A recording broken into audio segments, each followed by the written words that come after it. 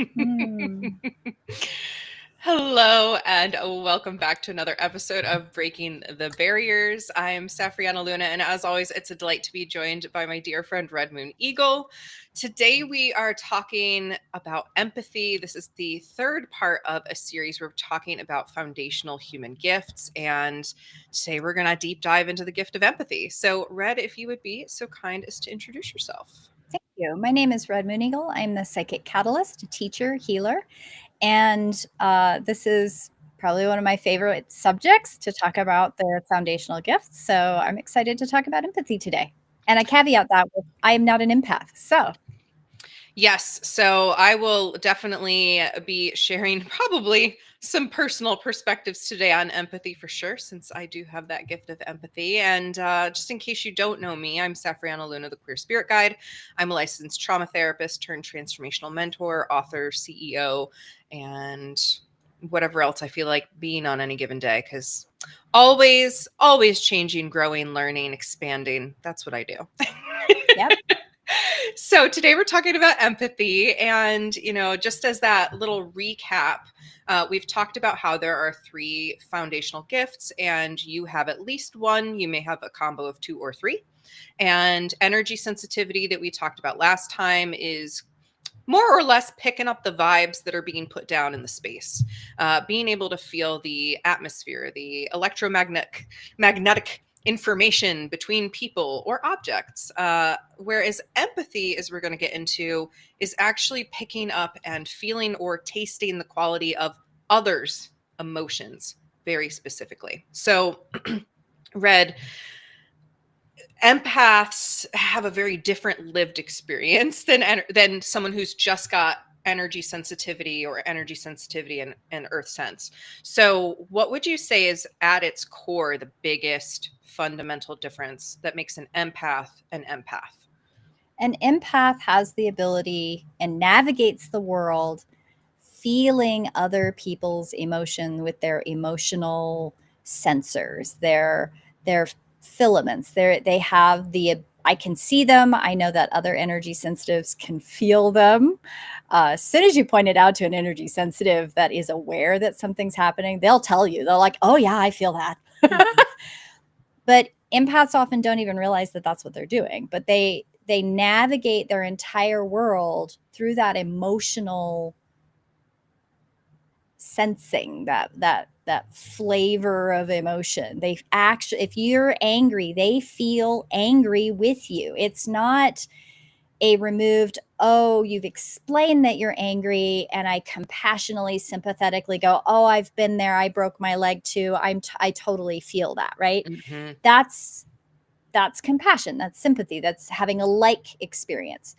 Right. Empaths actually feel what it is that you're feeling emotionally. It's not necessarily physiologically, right? So kind of depends on how the gifts are, but an empath, if I'm angry, I'll say sad. If I'm sad, an empath, when they use their sensors, Sensors.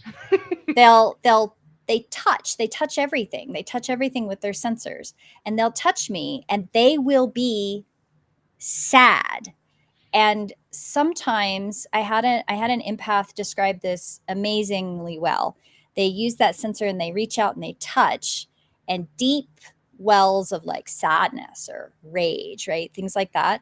It like taints their little sensor. And Mhm. then that taint, it's not a taint, the emotion will flow up the sensor into their body, and like 15 minutes later they can feel just this overwhelming sadness. It doesn't have to be 15 minutes later, it can be 3 seconds later, it can be Or 3 instantaneous, hours later, or it as can be I 3 hours later. experienced the other day.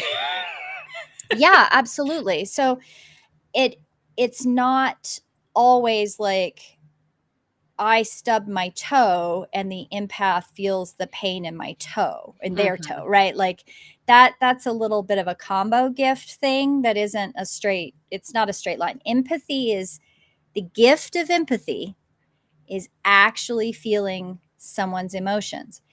Yeah. And what happens with children that are empathic with other people that are empathic in their field.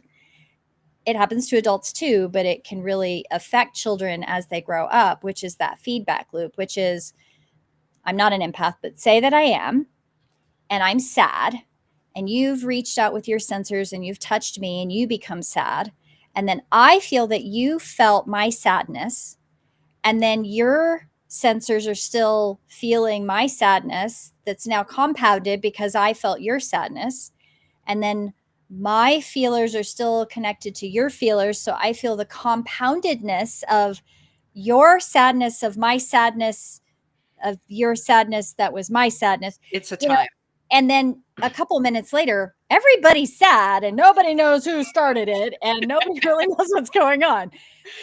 And children who go through that without any validation, like if they go to mommy and mommy's an empath and child goes, Mommy, I feel sad that you're sad.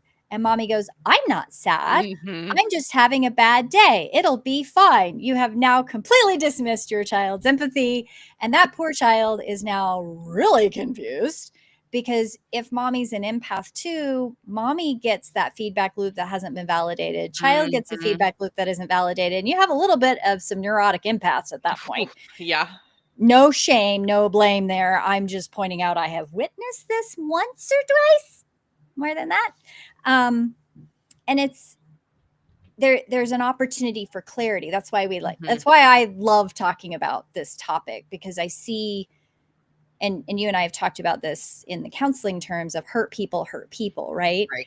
And empaths have this beautiful gift, and we don't cherish it for what it is. So Yeah. sideways on that. I'm sorry. No, you're fine. The the lived experience of being an empath, hello. Literally this feedback loop. I'll just give some examples because I experience it like every day. So one of my partners, the partner that I nest with, who I'm around most frequently, is a fellow empath. And we wake up every morning, we sleep separately, we come together and we go, "Hi, how are you doing? Hi, how are you doing?" And we share, like, what we're feeling in the morning.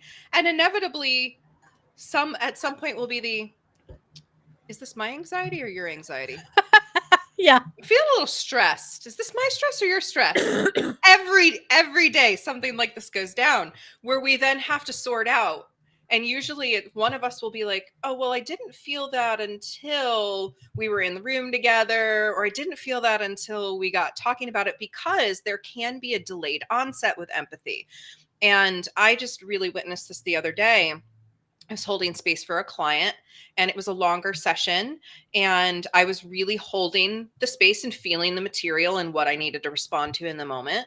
And then after I left the session and got back into my own space, all of a sudden the emotions started to impact me. I was holding the clear space during the session, but then, my feelers, I call them my feelers, because to me they look like little Bulbasaur vines. If you're a Pokemon nerd, I have two that come up over my shoulders, and then I have some that come kind of out of my tummy area.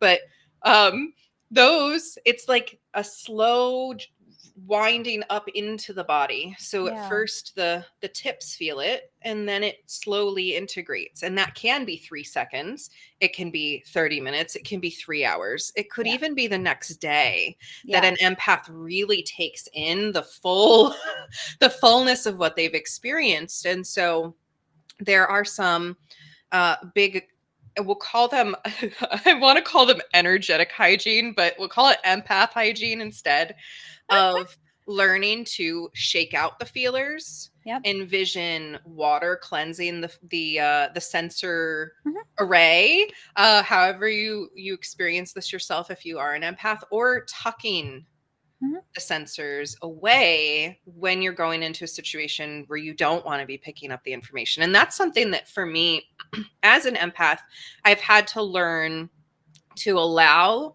the gift to be there when I'm actually trying to connect to people, Yeah. And to remove it when I'm not trying to connect to people, like in the Yeah. grocery store when you're wandering through and I feel that, angry dad over there whose kid is whining, and I'm like, oh, I don't want to feel that. Like, Yeah. that's where it has to be withdrawn. I think that so many years ago, I think some older practitioners might resonate with this. Because I'm energy sensitive, I am very aware of shields. What are the shields that happen? And I've, I look back and I giggle a little bit, all the eights that I worked with over the years that I like, they always have this natural shield, and I didn't know anything about bio numbers. And I was always a little bit curious, like, why does that one have a natural shield and these people don't? And Mm-hmm. I'll just identify it and move on because I don't know where it comes from. And now I know, right? But shielding and practicing shielding, there's actually so many books on this. Like, how do you magically protect yourself? How do you shield yourself? And I accidentally stumbled into this right about the time I met my partner, who is an empath. And I'm saying only an empath, no earth sense booster, no energy sensitivity. This person is just empathic. Now, probably one of the most powerful empaths I know. And I do not say that lightly. all the compounding of that gift. Oh, yeah. But at the time, I was teaching a workshop on shielding and grounding. And I was teaching what I knew worked. It does work for empaths. But the thing that happened with my partner, this particular person, was that he had been shut down. So empaths have the ability, and I know that this is a thing. I don't know how it happens. I'm really not sure the mechanics of it or the psychology of it, but I know what it feels like when I encounter it, which is this is what I encountered with my partner. I had met him out dancing. So this weird guy, like standing next to me, I'm like, you're strangely void like, but you're not a void. And it's weird. And I don't know what's going on. And I had assumed, okay, somebody with a natural shield. I got out on the dance floor with him, and all of his empathic sensors came out like a flower. And dancing with his man was like, whoa. Like, it was this most amazing, like, I am safe and I'm being enveloped with these sensors that were just these gentle feelers on me, sensing me, but it was also he was in touch emotionally with everything. But most of the focus was me, his partner, right? To dance. And I had the most beautiful dance I'd had in months.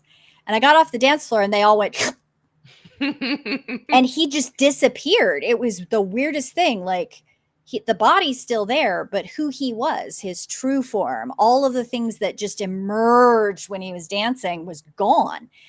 And it really freaked me out. Matter of fact, I kind of avoided him for a little while before I went and danced with him again. And he became a regular dance partner over time, but it kept driving me crazy. Like, what is going on with this guy? It was more irritating. I couldn't figure it out. I didn't have enough pieces to the puzzle. And he took this class. He'd known me, I guess, about a year and a half at this point. So he took this class, and we were walking through shielding exercises. And he had, at that point in his life, started like really emerging and using his empathy. And he wasn't so weirdly Protective? yeah, I have no idea how to explain it. It's not it wasn't a shield. It was more like he just, how you said, tucked in, but Yeah, it retreating. was tight, like a knotted concrete ball. And he had been emerging. He'd been really working on that. And so we had this class and he just went again. And I went, okay, I think I have messed something up. And what I figured out is that empaths should not shield the same way that energy sensitives do learn how to shield and can learn how to shield, unless you're an 8 and you kind of already got that. Empathic 8s are a little different. They already naturally shield, but they have the ability to use their empathy through that shield. And the shield is more of a porous membrane all of the time. Empaths, if they use a hardcore shielding technique, an armored shielding technique, it actually inhibits their ability to use their empathy. Totally makes sense. And it's so harmful to them because then they don't trust their world. They don't feel the things they need to feel out in the world. They are not using their sensors in a healthy way. And I've totally like changed my perspective on how I talk about shielding. And unfortunately, every once in a while, I get an empath who thinks I'm talking about them, and I'm actually talking about an energy sensitive. And then they try doing that, and then they wonder why things go sideways. And it is I'm still learning to be clear on that. Also, not an empath, so I don't always know when I get it wrong and say it That's very wrong. interesting that you're bringing up like the shielding piece too, because I soon after tiptoeing into the new agey spiritual, pagan, whatever, magical spaces, I came across shielding practices, and they were, looking back, they're all energy shields. Yep. But in Druidry, I actually learned the Druid's Egg practice, which is a form of shield, but it was always mesh. Yeah. And the mesh only let in good, and Mhm. also clearly let those filaments or Yes. tendrils, feelers, sensors move outward. Mhm. And that's another interesting thing about empaths is these sensors come in all kinds of different forms. Each Yep. individual's sensors are different than They can. others. Yeah. And then there seem to be some overlaps of how they show up. But, Yeah. I've sensed everything from like almost spider silks, just these very thin, gossamer, Thin. Yeah. you could hardly perceive them. They're so gentle, Yeah. to Suction cups. suction cups. You've Barbs. fingers. Yeah. Cotton balls. Like there's been Yeah. so many different, and then I experience mine as wispy vines. Mhm. They're not solid like vines. They're not quite that, but that's the visualization that I have. And so that's one of the cool things about being an empath, is that you can deepen your relationship to those sensors. Yeah. And have more aware. Astra's like, hello. She likes Safrianna. I love Astra. I even have a cup today that kind of looks like Astra. I saw that. Yeah. But yeah, we can deepen our relationship with these sensors and enhance how we pick up information. It's even fun, like with my empath partner, now that we know to communicate about it and Yes. not get in the feedback loops, Mhm. because oh my gosh, the feedback loops are devastating when they happen. And Oh yeah. definitely used to have those with an ex of mine, looking back, who I know is a very wounded empath, and Yeah. unfortunately fell into what empaths can do, which is narcissistic type traits, because Yep. they can feel emotions and they Yep. can therefore manipulate those emotions. Oh yeah. But that feedback loop, if you don't know how to converse about it and say, what are you experiencing? What am I experiencing? And ask clarifying But questions. yes. We'll walk around with everybody else's stuff loaded in us and just not know who we are, or not know what we're really feeling. So that's one of the dangers of empathy. Yeah. It's probably the biggest risk for any empath is first assuming that you're crazy, right? Because you're picking up all this stuff and nobody's validating it. Mm-hmm. Nobody's actually talking about their real feelings. And two, the tipping into the narcissism, right? Like human beings are amazing creatures. We use all the tools we have to survive, right? Whatever survival means to you. So we've all done it. Nobody's exempt. Nobody has gone through the world never doing harm to anyone. We have all done it. And empaths can, when they are in traumatic, toxic environments, or I've actually seen it happen. It was an experience from somebody I knew in high school. So this is a long time ago, but really strong empath. Was adopted at like 3-4 years old, has no memory of the pre-adoption time. Nobody knows really, his adopted parents didn't really know what that pre-time was, but we all know that the first 5 years are extremely formative, right? Yep. He loving home. His his adoptive parents were, I met them by accident at a play. Very energy sensitive, not empathic at all. Oops. Yeah. So this poor empathic child lived in a home that didn't even recognize his empathy. By the time I met him in high school, I can't say he was a bad person, but he definitely used every single empathic awareness as a tool to have his needs met. So Mm-hmm. he was charming, manipulative, all the things you can think of that narcissists do.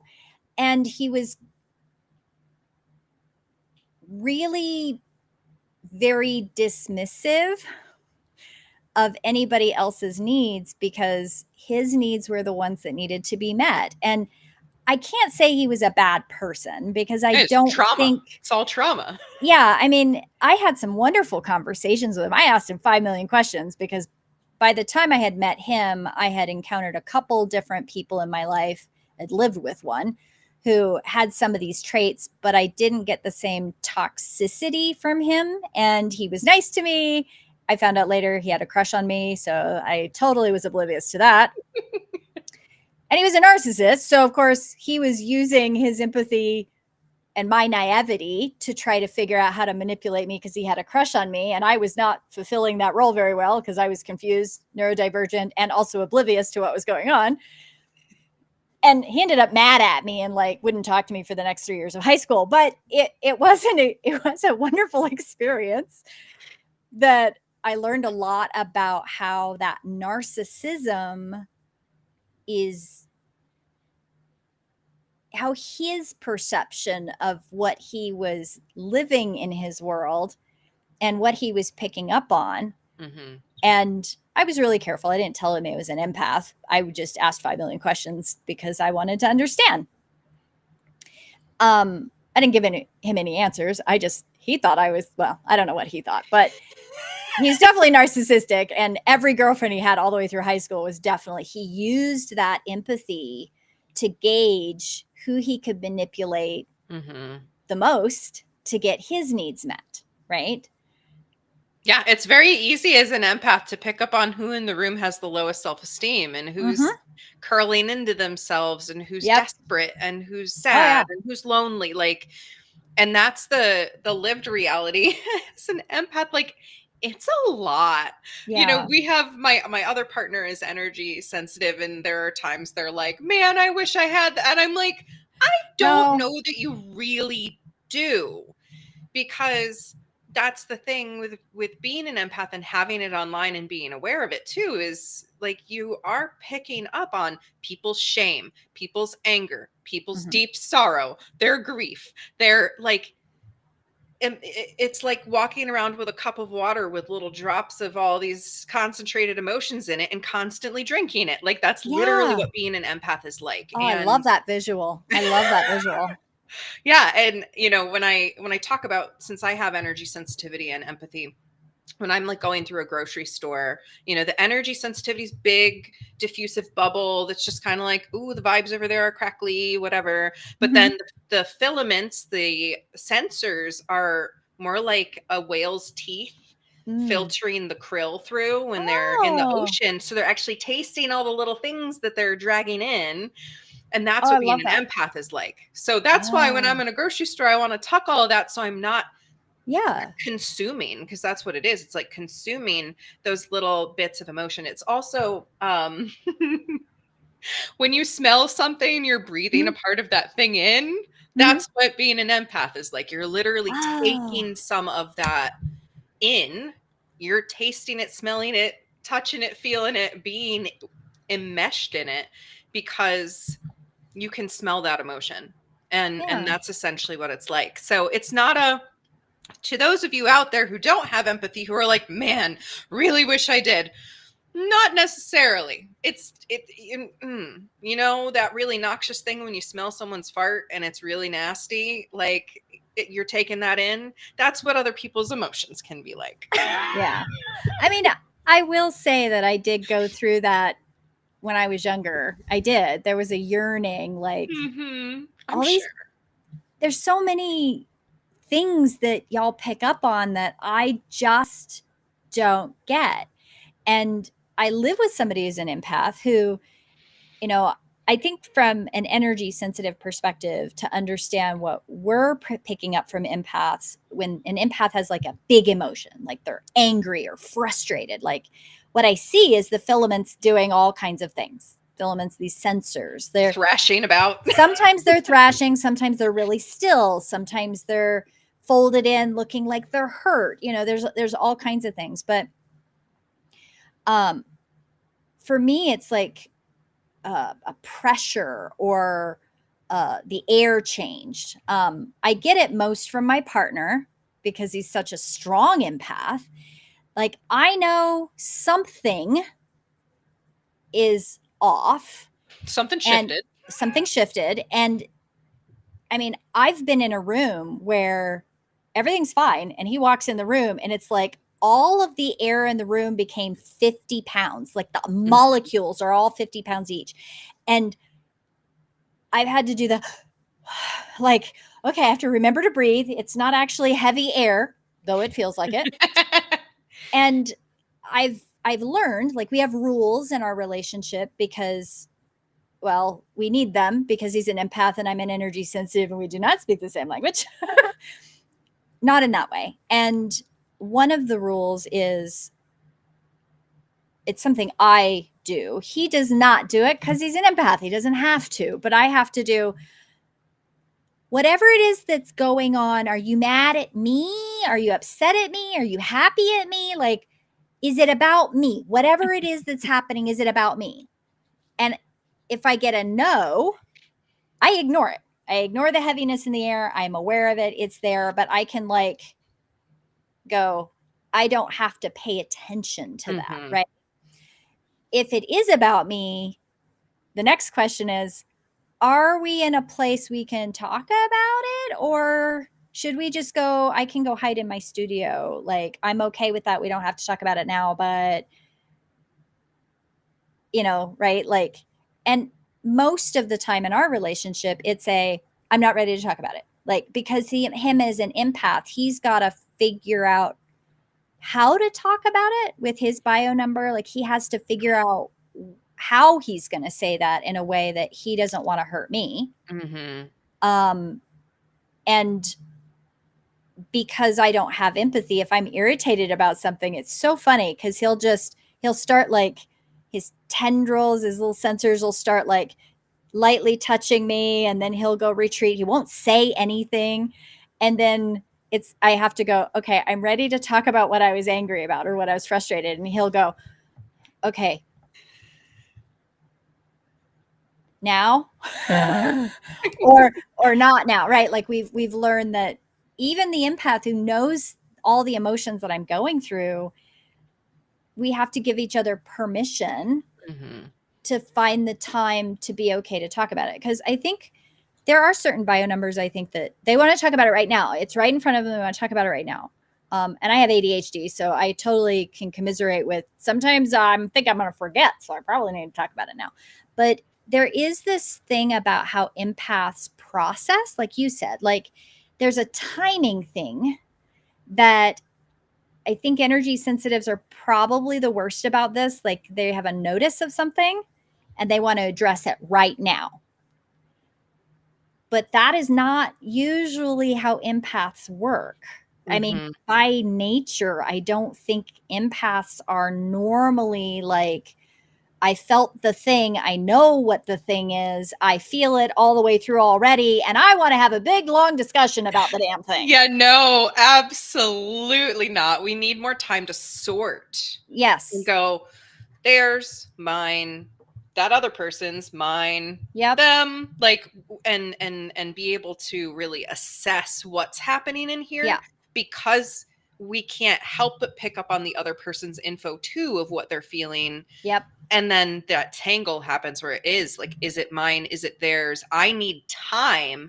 And I absolutely agree. Like, if I try to go into a conversation right away when I'm still trying to sort that, I'm gonna not represent myself correctly.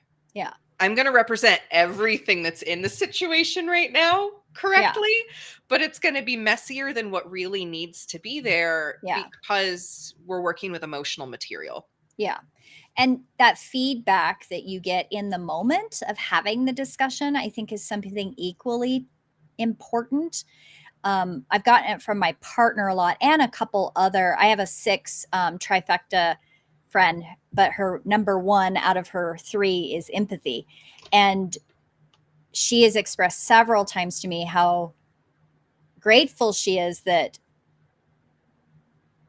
when she needs to talk about something, she knows that first off, I'm not picking up on the emotions she's trying to process. Mm-hmm. So she can talk to me about those things and not get a weird feedback loop, right?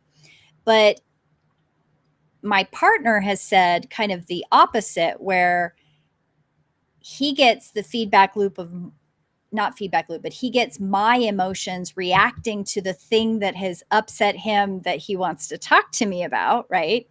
And for him, that can be distracting. So we have learned to communicate about difficult things with understanding that whatever it is that he's upset at me about, he's going to feel my reaction and all the mess that's going on with me as he's trying to clarify the things that he's untangled that he wants to talk about, right? Yep. So there's a thing that we do, which is we give each other to somebody else. I actually was told this a long time ago by somebody who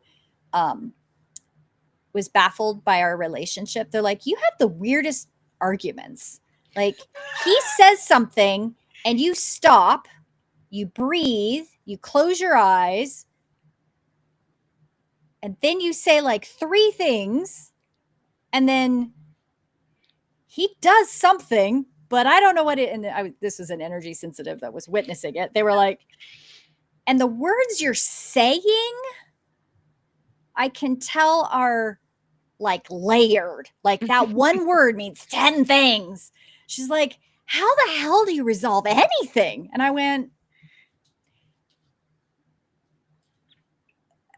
we speak the same, but also from different perspectives, because he's an empath and I'm an energy sensitive. And at first I did talk too much because I over explained, because that's my trauma response, 100%. I was also raised by people who talked a lot about everything. I err on the side of over communication versus under communication, but yeah. Under communication never works. Yeah. But we don't, in our relationship, do that because we don't need to. We figured out that if we have separated and we're in a good place and we can come into the conversation, we both know that we have different gifts. We both know we're going to pick up different things. So when he says his 5 things, that's why I take a deep breath. I go inside. I feel through the flavor, the energy of each of the words, right? I don't, it's not that I don't react. It's that I take what's in and I respond, because I know those sensors are there. They're picking up every single nuance of all the things I'm feeling from those 5 words. So I can't lie about it, first off. No, don't try to lie to an empath. Won't work. Better. Well, you know. But 2, it's also the trust, right? Like we have this deep trust that he has processed. He's not just reacting. He's just not saying random things.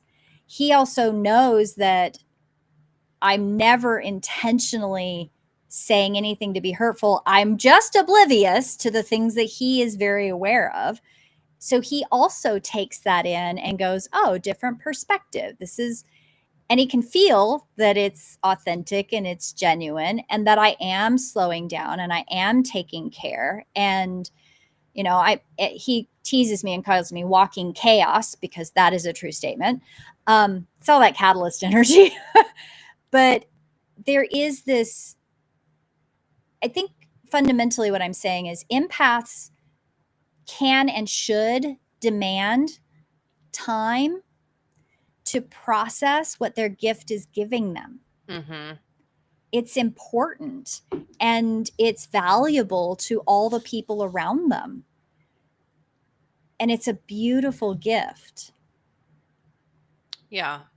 And it is annoying to other people. I want Yeah. to own that, especially the energy sensitives who normally, like, they don't have that experience of knowing exactly what someone else is feeling. So when someone understands exactly what they're feeling and they don't have to say a word, it can feel invasive. It can Yeah. feel frustrating. Like, damn it, I didn't want you to know that. Like, I have my emotional boundaries. I didn't want you to Right. know that. And so And if an empath identifies, hey, I know you're sad, an empath might go, or an energy sensitive might go, why are you telling me what I feel? How the fuck do you know that? And I'm going to deny that with every ounce of my being. Go right. the fuck away and stop touching me. Yeah. Like it's a visceral response. It's not a, it could be a trauma response too, but it's not meant to be a, I really genuinely don't believe any energy sensitive intentionally undermines an empathic's gift. It's Just yeah. like I Response. don't think empaths are intentionally being invasive. They're not. Yeah. I mean, we wouldn't be given this gift or signed up to have this gift if there wasn't a reason for it. And I Yeah. think what would happen if the world was just energy sensitives? No one would have emotional awareness of each other, Yeah.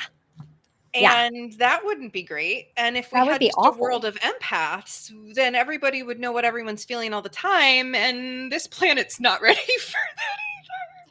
So I there's a reason for it all. Oh yeah, there is a reason. And I traditionally, for many years, I dated trifectas and empaths, but I'd never intentionally sought out or took the opportunity to date somebody who was just energy sensitive. And I did that once.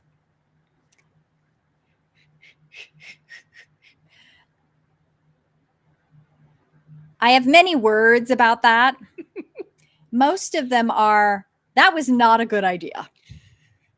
Not because this person was bad. This person is not a bad person. They are still my friend. They're still in my life loosely, kind of adjacent. Definitely has psychopathic tendencies. Not psychopathic, sociopathic tendencies. I got that wrong. But it was awful because neither one of us knew what was going on. Mhm. And neither one of us had the tools at the time to understand that. So I overtalk and I fawn when I'm in a traumatic experience. And this person goes, oh, you're fawning. I like that. It feels good. And I'm just going to soak it in. Sociopathic tendency. Hello. Right. Right. And so the dynamic in the relationship was awful. And I felt awful all the time. And I couldn't figure out why. It was just so confusing. Like, we're talking, but I feel like I'm not getting anywhere. And we would then retreat to our individual silos of silence and overthink the thing to the point of death, and then come back and talk about it. And the thing we thought we were talking about, one person had been thinking about this thing, and the other person had been thinking about this, and neither one of the things were together. It was awful. It was awful. It was absolutely awful. And I mean, the breakup was just abandonment. This sociopathic, energy sensitive just went, yeah, I'm done, and just left one day. And I was standing around going, Huh? like, Huh? how did I miss the warning signs? I don't understand. And there was a lot of like, I say one thing and do another thing. Like, it was a gaslighting nightmare. Yeah, and it's really funny that you now have noticed that, like, what Uh-huh. the impact of that is versus the being with an empath, which can be obnoxious and annoying, especially when you really don't want us to read you, right? But we do, because that's what we do. Yep. And it certainly allows there to be that someone's bringing the thing to the table so everyone can talk about it because Yeah. someone at the table is aware of it. And that is Yes. the, like, that's the gift in it. But It again, is it it's is the vulnerable. gift. It is the gift. And I think, I've said it before on our shows, and I want to caveat this with a lot of love and grace and a lot of compassion. And you know that I feel this with the bottom of my heart. I know when I tell empaths the first time, hey, you have these wonderful tendrils, sensors, you're feeling everything up. That's how you navigate the world. Most empaths, their first reaction to that is, oh my God, I'm so sorry. Did I do that to you? And I'm like, yes. And trust me, if I didn't like it, I would say something, right? Like I would strengthen my own barriers. I have the ability to completely cut people off. I know that ability is there because my partner has definitely expressed verbally when he does not like that. Because whatever it is about my gift, I have the ability to completely turn off people's ability to sense that I'm even alive. And it's apparently deeply concerning. A little distressing for the people who care. Right. So I am aware, because of my awareness of how empaths are in the world, that they need that touch. They need to be able to use their sensors to reach out and touch. If it becomes icky and overwhelming and too much touchy, I do have the ability to slap them away. I don't do that without being very mindful that that can hurt the empath. So I don't do it just randomly. I usually give a verbal cue first, like, hey, please don't touch me. And then you might get a smack. But there is this energy. I think most energy sensitives have the ability to do that, but not aware that they're doing it when they're doing it sometimes. Hmm. But empaths are never using their sensors. Even the narcissists, I really don't get a sense that they're using their sensors ever intentionally to harm, Hmm. because it's just part of who they are. Yeah. There's no shame in being empathic. There's no need to be ashamed of that. There is no need to be disappointed that you've invaded somebody's privacy, and there's certainly no need to be afraid of your ability to feel this beautiful thing, because I think most energy sensitives do go through that spot of, I would love to kind of understand what the fuck is going on. And they probably also go through the, I would really wish you would not feel what I'm Touch me. feeling and Stop touch it. me because I don't want you to know that. Yeah. Yeah. So this, this gift, I do think that just like energy sensitivity, there's a lot of wild misunderstandings out there about how the gifts show up and what they mean. And I think that, it's really good to bring that awareness to how these gifts intersect and the ways they both Yeah. butt heads and complement one another. But if you are an empath out there, I just want to remind you again, you can take care of your sensors. You can clean them up. You can energy clear them. You can Mhm. clear the feelings and the emotions Absolutely. out. You can withdraw them when you need to. And you can use a shield with that sort of mesh overlay so that your sensors can still go out and do what they need to do, because Yeah. they do need to do it. I know when I've cut my empathy off, like it feels like walking around without an arm, right? There's Yeah. this missing element of life that was there that is really distressing to not be there, because I feel like I'm stumbling around blind. And if somebody is just an empath and they're Yeah. they're literally experiencing the world through that empathy and you cut that off, you're going to feel completely disconnected. And then that could be, part of that narcissism cycle of like, well, but I need some kind of connection. So let me feel only what I need to feel in order to get what I need to get. Like it gets very, very tangled. So we have to take care of You these do. sensors and ourselves. Yeah. And they're beautiful. And I know that I have said things, because I am energy sensitive and I am not an empath, and I have just, I have neurodivergence, and I'm also extraordinarily transparent. So what comes in comes out. Yeah, that's just the way it is.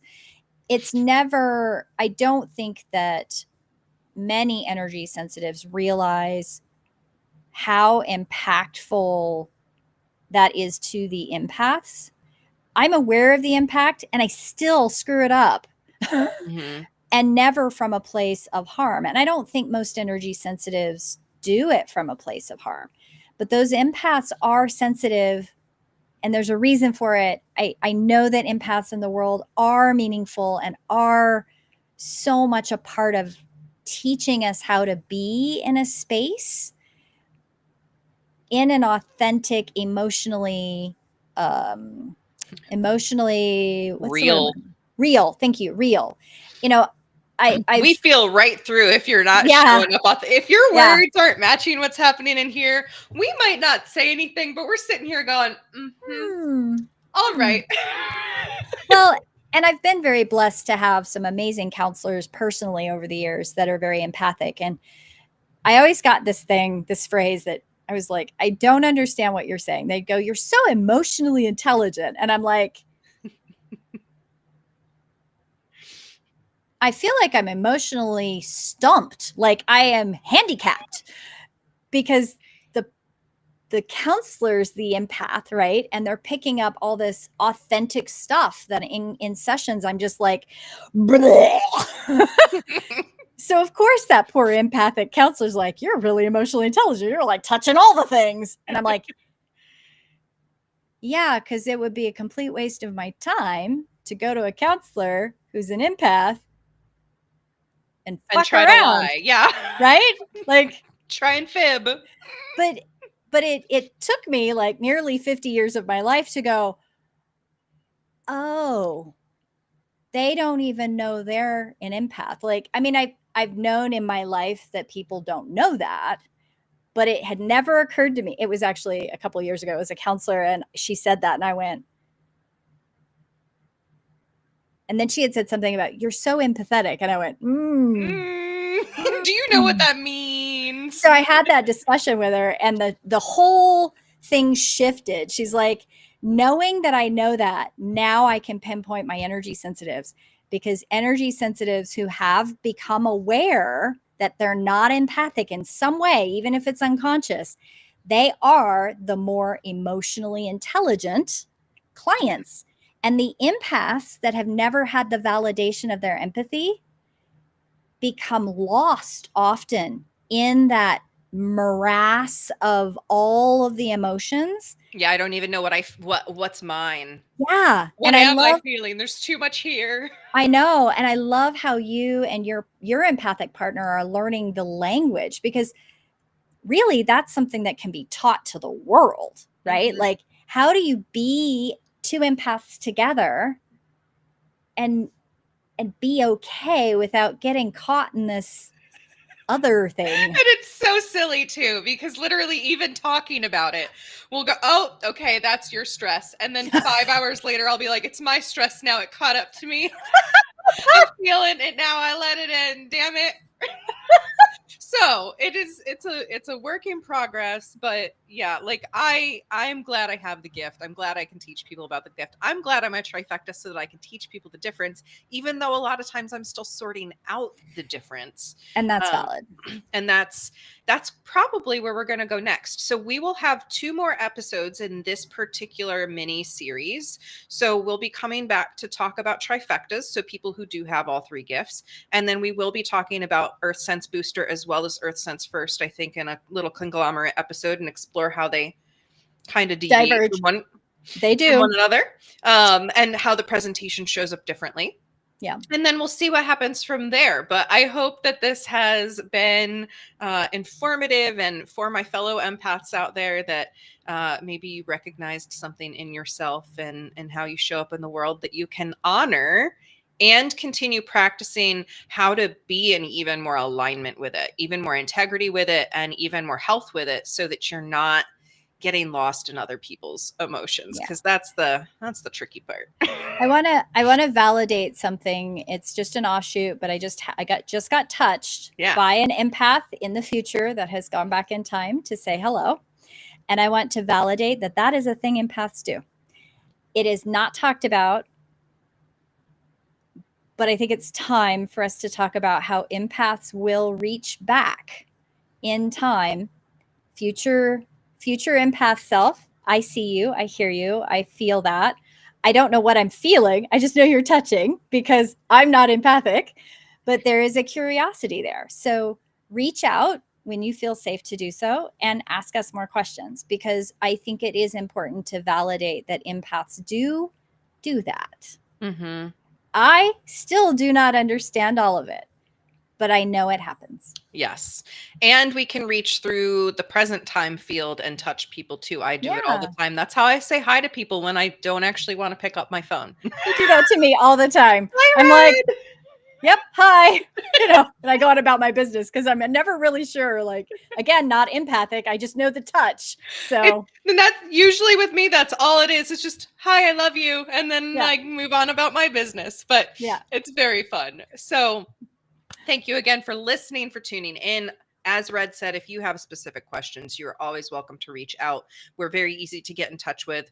Yeah. So just message, just comment, just let us know what you want us to explore, and we will be sure to do so. So until next time, our friends, we love you, we see you, we believe in you, and we are cheering you on. Thank you Until so next much.